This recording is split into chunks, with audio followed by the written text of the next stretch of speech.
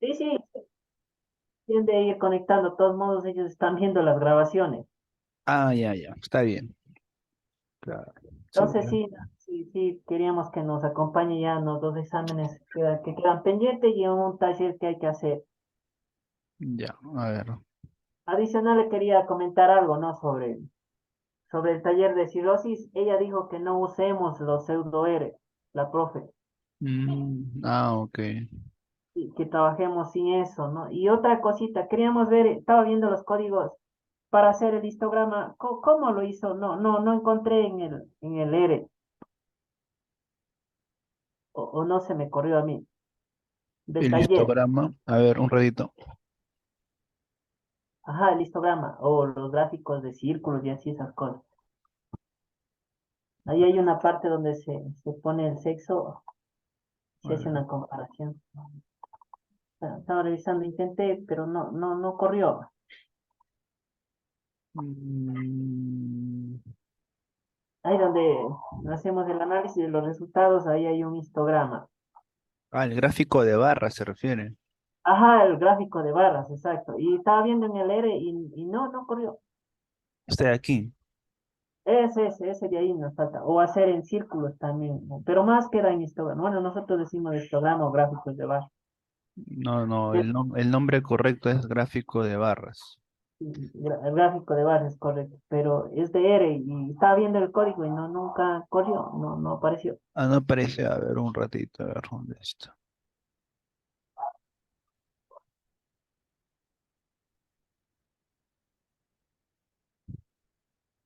Ya, a ver, un momento.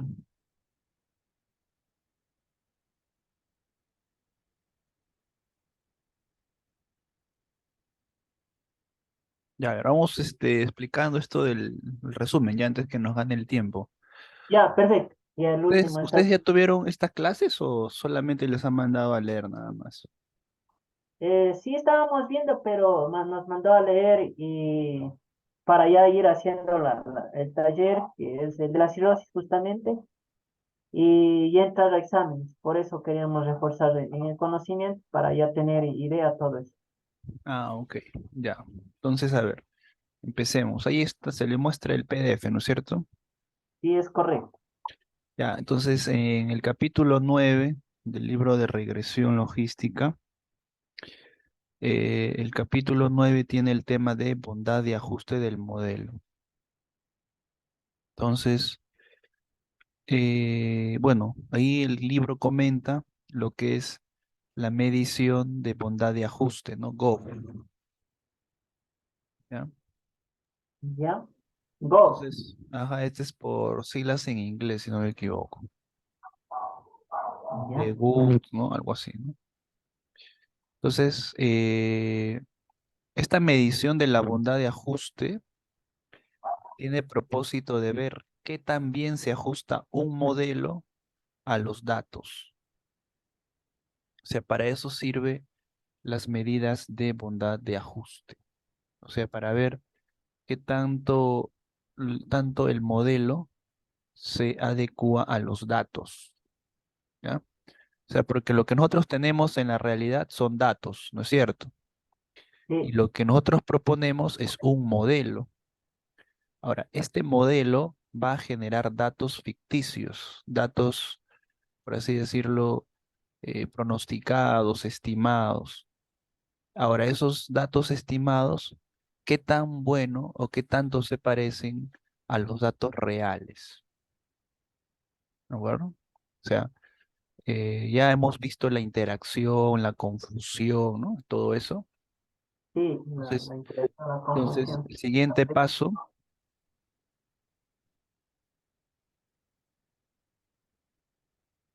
el siguiente paso es ver qué tan bueno es el modelo. Entonces, en la parte de epidemiología, eh, se ha estimado o se estiman varios modelos, pues, ¿no? Modelo con interacción, modelo solo con variables principales, Lo quitando que algunas. venimos aprendiendo, ¿no? Claro, exacto. Entonces, este modelo, o sea, este modelo final, por así decirlo, es el mejor, pues, ¿no? En comparación a otros. Ahora, en epidemiología, lo que se quiere es que el modelo explique lo mejor posible la relación de la exposición y la enfermedad. O sea, en epidemiología el objetivo es como que determinar o entender cuál es la relación entre la exposición y la enfermedad. Y dicho de otra forma, esto se logra a través del famoso odds ratio. Ujú. Entonces, El otro radio. exacto. Los modelos en general sirven para dos cosas.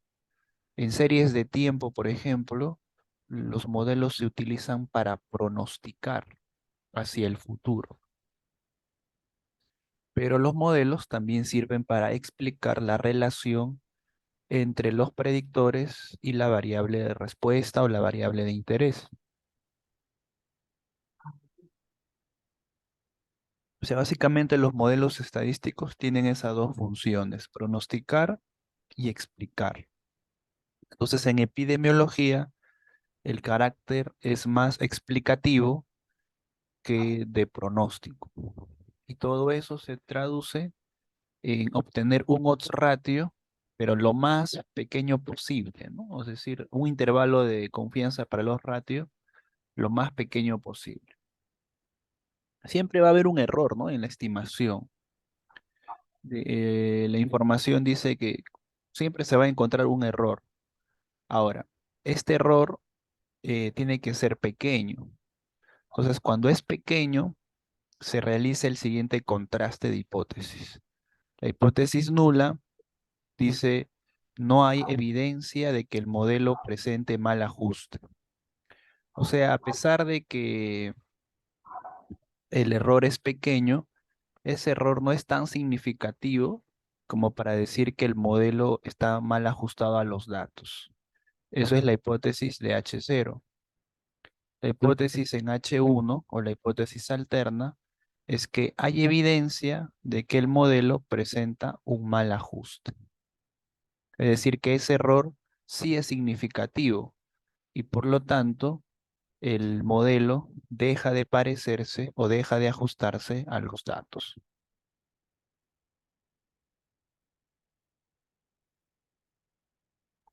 Y hasta ahí estamos.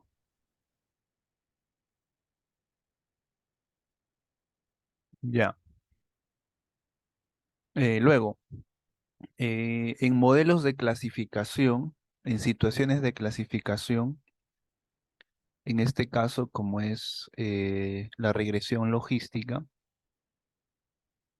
solo se tiene dos posibles valores, o ceros o unos. Entonces, los modelos para hacer clasificaciones exactamente no nos van a dar valores de ceros y unos, porque como hemos visto, lo que nos van a estimar son probabilidades. Y esas probabilidades generalmente son mayores a cero y menores a uno. Entonces, hay que tener en cuenta que en los modelos de clasificación es muy raro encontrar o que un modelo te diga exactamente cero y exactamente uno. Lo que vas a hacer es encontrar probabilidades en rango de cero a uno. Ya, a ver, ¿cómo vamos a evaluar la bondad de ajuste del modelo? Bueno, vamos a usar una prueba estadística relacionada a la chi cuadrada, pero para ello debemos definir o conocer lo que es un modelo saturado. ¿Cuándo se dice en general que un modelo es saturado? Cuando el número de parámetros estimados es igual al número de observaciones.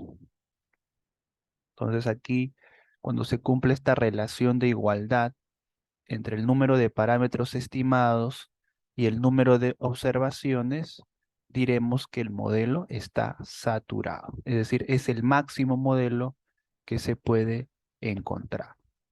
Cuando hablamos de parámetros estimados, nos estamos refiriendo a beta 0, a beta 1, a beta 2 y así sucesivamente hasta beta sub P, ¿no? Supongamos que tenemos P predictores. Y número de observaciones nos estamos refiriendo al tamaño de muestra, al tamaño N. Entonces, por ejemplo, ¿no? Si tengo 3 observaciones, para que sea un modelo saturado, ¿qué coeficientes debería estimar?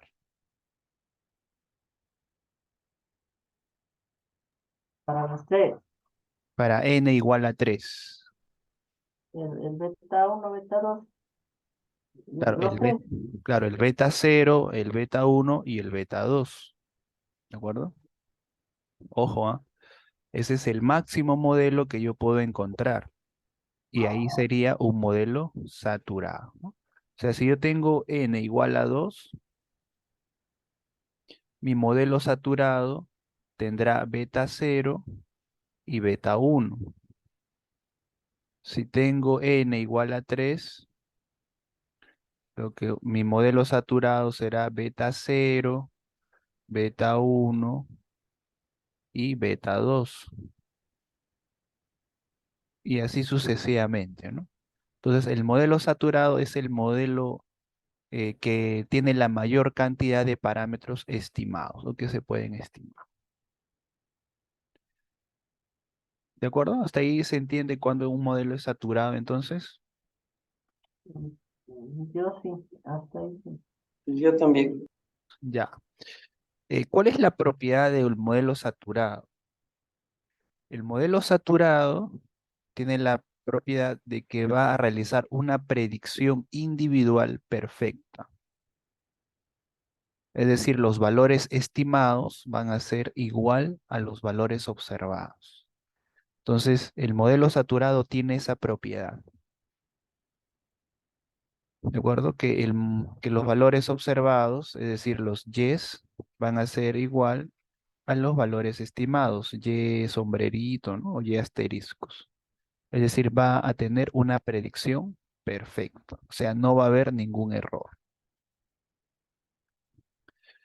Entonces, ya por ahí esto nos da una idea de que lo que vamos a comparar es nuestro modelo con un modelo saturado. ¿Por qué? Si nuestro modelo tiene un error muy pequeño, tendría que parecerse a un modelo saturado, en el sentido de que su predicción va a ser prácticamente cero. Entonces, por ahí van a hacer una prueba, ¿no? La prueba de la Deviance. Ya. Otra forma de hacer el modelo saturado, el libro comenta, es pronosticar la proporción de una muestra dado un tamaño fijo. O sea, nosotros podemos estimar un modelo para valores individuales, pero también podemos hacer un modelo para pronosticar la proporción. Por ejemplo, ¿no? De una muestra de 4, ¿cuántos son enfermos? ¿O cuántos están enfermos? Entonces, lo que yo estoy haciendo es pronosticar la proporción de enfermos a partir de un tamaño de muestra fijo. Y a este formato se le conoce como eventos de ensayo, o también se utiliza lo que se conoce como la regresión binomial. ¿Ya? Esto de aquí es lo que se conoce como regresión binomial. O sea, para una cantidad n de sujetos, lo que se hace es eh, pronosticar la proporción de éxitos o de fracasos. Ahora, aquí la desventaja es que se pierde la capacidad de identificar qué sujetos se convierten en casos. O sea, se pierde información. Y igual, ¿no? Como es un modelo saturado de tipo evento-ensayo, proporciona una predicción grupal perfecta. Entonces, ya sea el modelo saturado a nivel individual o a nivel grupal, el modelo saturado siempre proporciona una predicción perfecta. Entonces, una forma de medir el error de nuestro modelo es la desviación, la cual se calcula como esta formulita que aparece por acá. La desviación de beta va a ser igual a menos dos veces el logaritmo de la verosimilitud del modelo propuesto con el máximo, ¿no? Esto de acá va a ser el modelo saturado.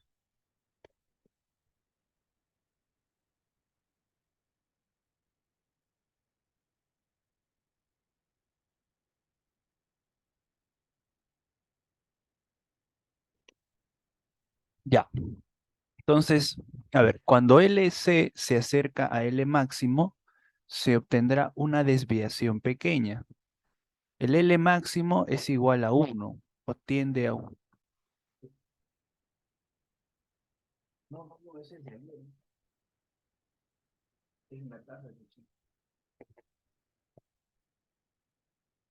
Entonces, eh, mientras que cuando LC es baja, se obtendrá una desviación alta.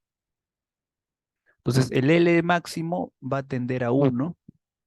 Entonces, si el LC es igual a uno o cercano a uno, el logaritmo natural será pues aproximadamente igual a cero.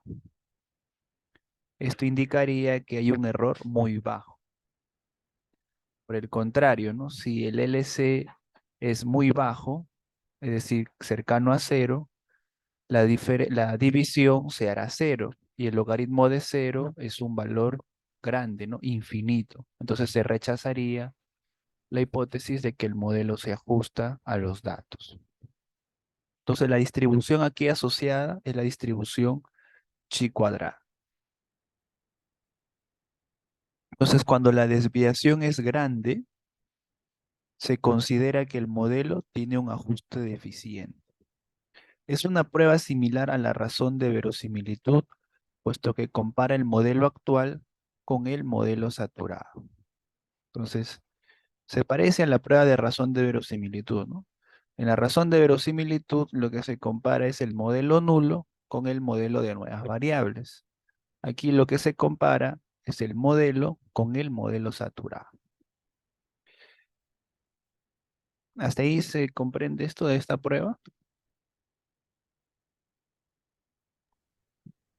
Sí, eso de la desvianza, más bien dijo que no utilicemos mucho, sino que utilicemos los estadísticos que está abajo de Hosmer y del M-Sub, algo así, ¿no? Claro, exacto. Y justamente aquí el libro explica por qué. ¿Ah? El libro, bueno, en algunos aspectos es bastante detallado en esto. La desvianza, dice, es adecuado cuando la cantidad de patrones de covariables es mucho menor que el tamaño de muestra. Y acá el libro utiliza esta expresión, ¿no? Patrones de covariables. O sea, ¿qué son los patrones de covariables? Son las categorías de las variables. Por ejemplo, ¿no? Si yo tengo un n, digamos, un tamaño de muestra igual a 200, y la variable que yo voy a evaluar, el predictor de interés, el x1, por ejemplo, es una variable de exposición de categoría 0 y de categoría 1, o sea, solamente tendría una, dos categorías, ¿no? O ceros o unos. Entonces, mi número de categorías serían 2. Entonces, 2 es mucho menor que el tamaño de muestra, ¿no? Que en este caso es 200. Entonces, en esas circunstancias, cuando el número de categorías es mucho menor al tamaño de muestra, se puede utilizar la prueba de la desviación. Pero cuando la cantidad de patrones de covariables, mucho más si se tiene variables numéricas, es casi igual al tamaño de muestra, se recomienda el uso de la estadística de Hosmer y Lemech. ¿Por qué con variables numéricas? Por ejemplo, ¿no? Si acá yo tengo mi tamaño de muestra 200 y mi variable es la edad, mi variable de interés es medir el efecto de la edad. Cuando yo registro edad, voy a tener, por ejemplo, ¿no? Personas de 18 años, personas de 20, personas de 25 y así, ¿no? Personas de 40, quizás hasta así, quizás llegando de dos en dos, hasta personas de 90 años. Entonces, por aquí voy a tener como 40 categorías diferentes. Entonces, este número de 40 ya no es tan pequeño en comparación de 200, que era como este caso de 2. Imagínate que tengo varias variables, las intersecciones, voy a tener más categorías. Entonces, por esa razón, ya no se recomienda la prueba de desvianza o de desviación, sino que se recomienda la prueba de Hosmer y Lemech. Ya, el libro detalla muy bien cómo se calcula el test de Hosmer y Lemech. Primero, lo que se hace es calcular los riesgos previstos, es decir, las probabilidades. O sea, para todas las observaciones se calculan los riesgos, las probabilidades de éxito o fracaso. Ya, luego hay que ordenar los riesgos pronosticados de mayor a menor, o también puede ser viceversa, ¿no? De menor a mayor. Ahora, se recomienda utilizar deciles. Los deciles son números que van a dividir en 10 partes. O sea, voy a tener una tabla en el que voy a agrupar o particionar todos mis datos en 10 partes, de manera que aproximadamente cada parte contenga el 10% de los datos totales. Entonces, en esta tabla con el 10%, cada parte tiene el 10%, lo que voy a hacer es comparar si se cumplen los casos pronosticados y los casos reales.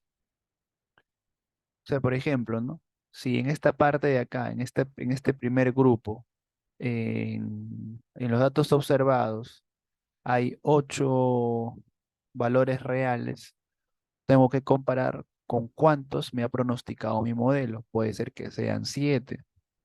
De repente, en el segundo estrato, en los valores reales hay 5. Entonces, en mi modelo pronosticado hay 4. Ya, por ahí hay una diferencia, ¿no? Pero esa diferencia será significativa o no. Bueno, para eso hay que usar la prueba de chi cuadrada para tablas de contingencia. Entonces, en este caso, como tienes 10 estratos, menos 2, vamos a tener 8 grados de libertad, ¿no? Siempre para las tablas aquí se va a restar menos 2. Y eso pues generará 8 grados de libertad.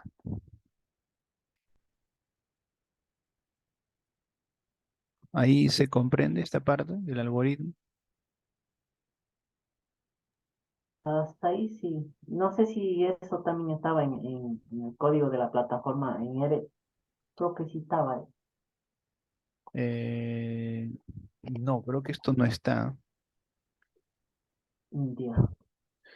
Está ahí. Si siempre en la tabla es menos 2 grados, Sí, hay que sí, restarle siempre 2.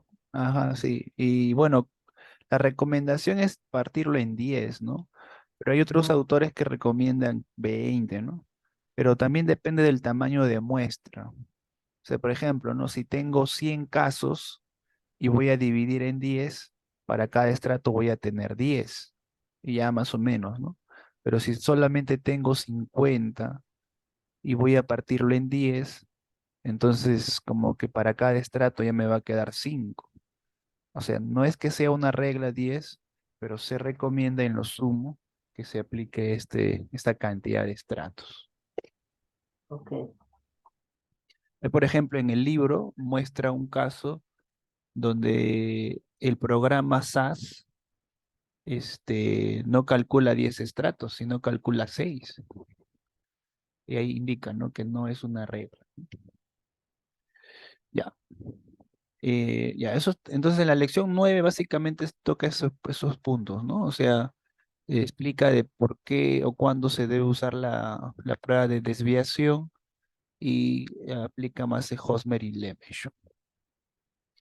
Ya, en la lección 10 o en el capítulo 10 lo que hace es evaluar la discriminación del modelo logístico. Es decir, qué tan bueno discrimina el modelo. Qué tan bueno discrimina el modelo en el sentido de clasificar correctamente. Y acá utiliza un concepto, ¿no? Evaluación de rendimiento discriminatorio. Bueno, DP lo llama, ¿no? Discrimination power debe ser, ¿no? Poder de discriminación. Entonces, un modelo proporciona un buen poder de discriminación si las covariables ayudan a realizar un buen pronóstico. ¿Ya? Entonces, aquí hay que recordar el punto de corte, ¿no? El punto de corte es el valor considerado para clasificar como éxito o fracaso al sujeto en estudio. A partir de ello se genera la matriz de consistencia en la que se evalúa la sensibilidad, que es la proporción de verdaderos positivos, y también se evalúa la especificidad, la proporción de verdaderos negativos. Entonces aquí hay que recordar, ¿no? Por ejemplo, lo que el modelo de regresión logística calcula son probabilidades. Por ejemplo, ¿no? Una probabilidad de que la persona muera, 0,75. Si el punto de corte es 0,5, entonces esta persona es clasificado como éxito. Si yo tengo una persona que tiene una probabilidad de 0,4, como el punto de corte es 0,5, clasificará como no muerte, es decir, le clasificará como cero. Entonces, el punto de corte es vital para evaluar qué tantos van a ser clasificados como éxitos y qué tanta observación será clasificada como fracasos. Entonces, lo ideal es que cuanto más cerca estén de uno, tanto la sensibilidad como la especificidad, mejor será el desempeño discriminatorio. Entonces, para ver el punto de corte óptimo, se compara un rango de valores. Y estos resultados pueden presentarse en una curva ROC. Entonces, ¿se han escuchado hablar de la curva ROC, no es cierto? Sí, Sí, Claro, entonces en la curva ROC lo que se está manejando son los puntos de corte. Y estos puntos de corte van a resultar en sensibilidad y uno menos la especificidad. Y a ver, cuando tenemos una matriz de confusión, tenemos así, ¿no? Los valores por aquí, valores observados, y0 y y igual a 1. 1 será éxito y 0 será fracaso. Y también tenemos en filas y estimado para 0 y y estimado para 1. El cruce de observados de 0 igual a 0 y esperados igual a 0 determina o genera una cantidad conocida como negative true, o lo que es mejor dicho en español, positivos, negativos, verdaderos, o sea, verdaderos negativos. Y cuando cruzamos y igual a 1 con y estimado igual a 1, tenemos los true positive, es decir, verdaderos positivos. Entonces, los verdaderos negativos da origen a la especificidad, que es verdaderos negativos entre el total de casos. El TP, los verdaderos positivos, dará lugar a la sensibilidad, que es verdaderos positivos respecto al total de casos.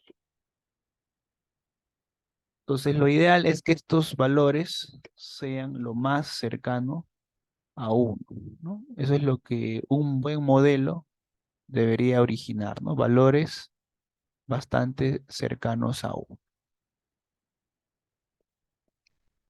Muy bien, entonces la curva ROC va a presentar el par ordenado de valores resultantes de sensibilidad y la tasa de falsos positivos.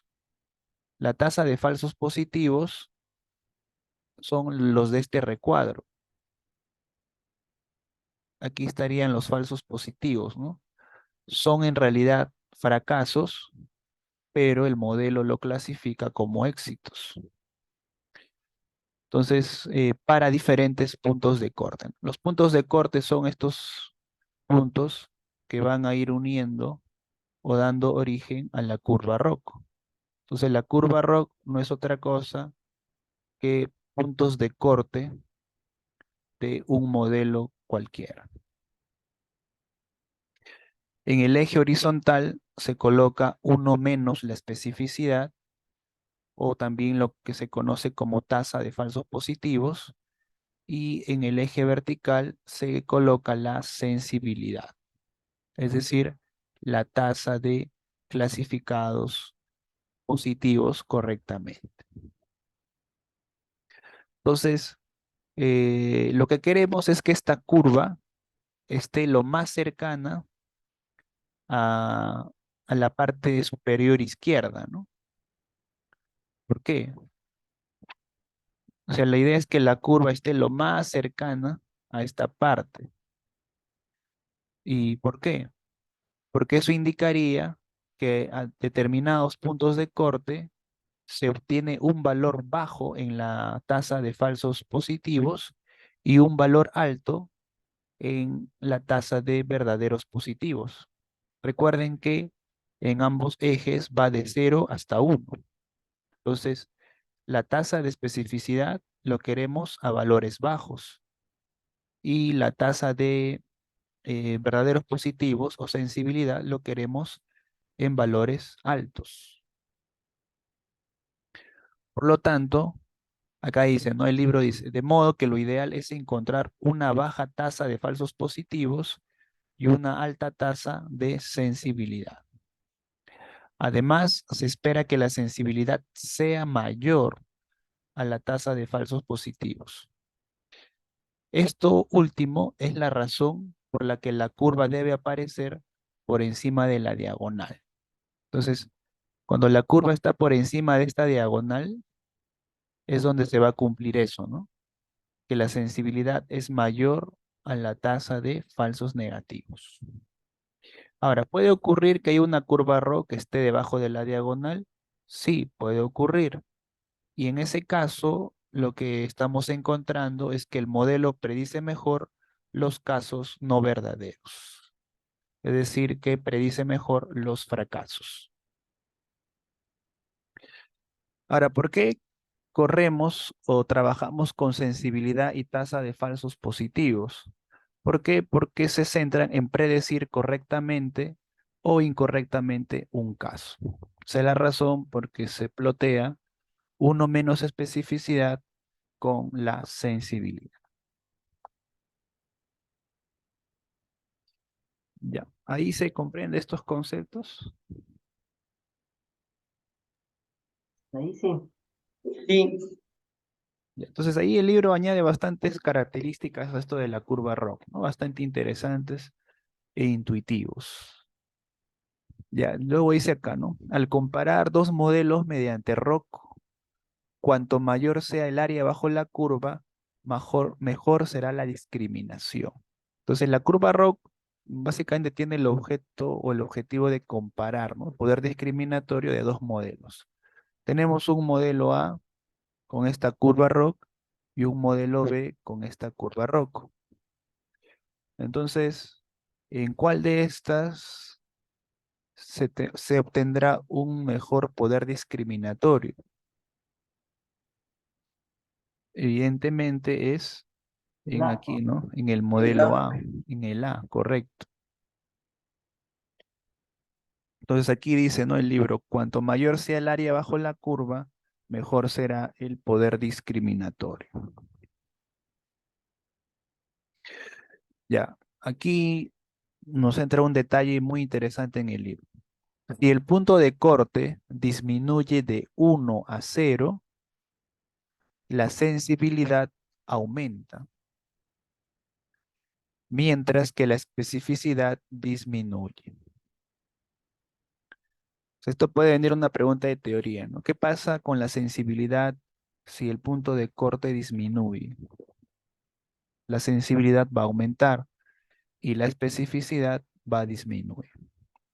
Claro, y tiene lógica, ¿no? Porque a menores valores de CP se le da más oportunidad que el sujeto sea clasificado como éxito. Por ejemplo, ¿no? Para un CP, digamos, un punto de corte de 0,6, supongamos, ¿no? Y acá tenemos otro CP de igual a 0,4. Y acá podamos decir, ¿no? Tenemos probabilidades de éxito, ¿no? A ver, para uno sería 0,9, para otro 0,8, para otro 0,5, para otro 0,3, para otro 0,41, para otro 0,45. Ya, ahí tenemos, ¿no? 6 elementos, las probabilidades de 6 individuos. Entonces, para un punto de corte de 0,6, tendríamos solamente dos clasificados de forma correcta. Pero noten lo que dice, ¿no? Cuando disminuye el CP, lo estoy haciendo disminuir de 0,6 a 0,4. Ahora aquí con un punto de corte a 0,4 voy a